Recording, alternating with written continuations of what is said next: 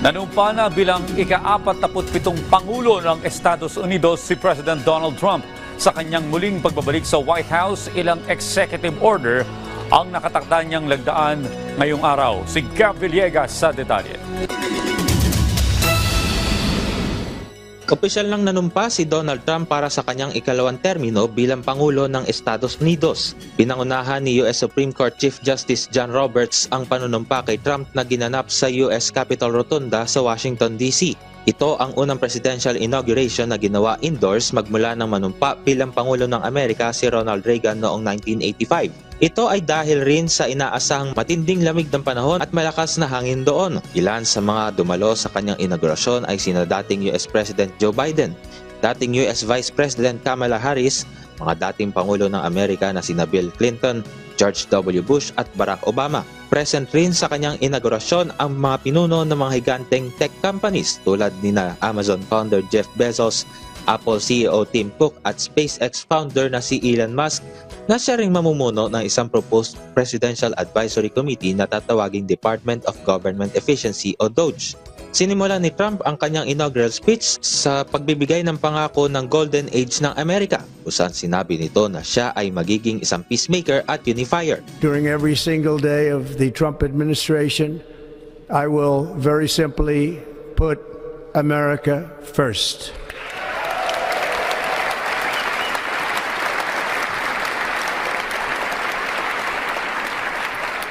Our sovereignty will be reclaimed. Our safety will be restored. The scales of justice will be rebalanced. The vicious, violent, and unfair weaponization of the Justice Department and our government will end.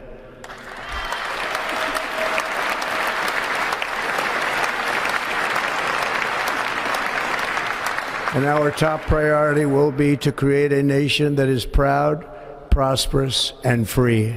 Sa usapin naman ng foreign policy, nangako si Trump na babaguhin nito ang pangalan ng Gulf of Mexico at papangalanan niya itong Gulf of America. Muli rin niyang iginiit na babawiin ng Estados Unidos ang pagkontrol sa Panama Canal.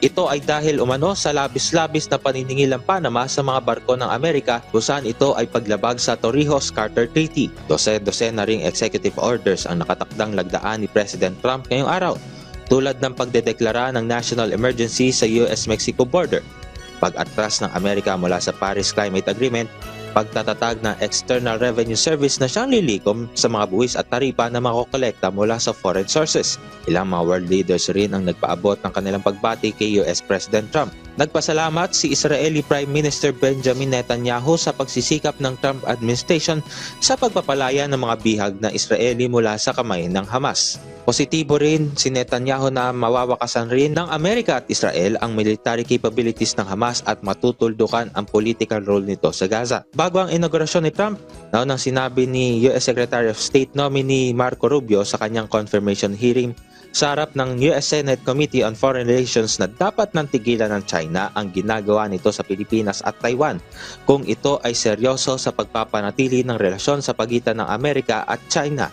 The actions they are taking now are deeply destabilizing. They are forcing us to take counteractions because we have commitments to the Philippines and we have commitments to Taiwan that we intend to keep. If they want to destabilize the relationship, or they want to help at least create some pathway for stabilization of our relationship with them, even as we remain engaged in global competition and in some cases more adversarial than others, they really need to stop messing around with Taiwan and with the Philippines because it's forcing us to focus our attention in ways we prefer not to have to. Gab Humilde Villegas para sa Pambansang TV sa Bagong Pilipinas.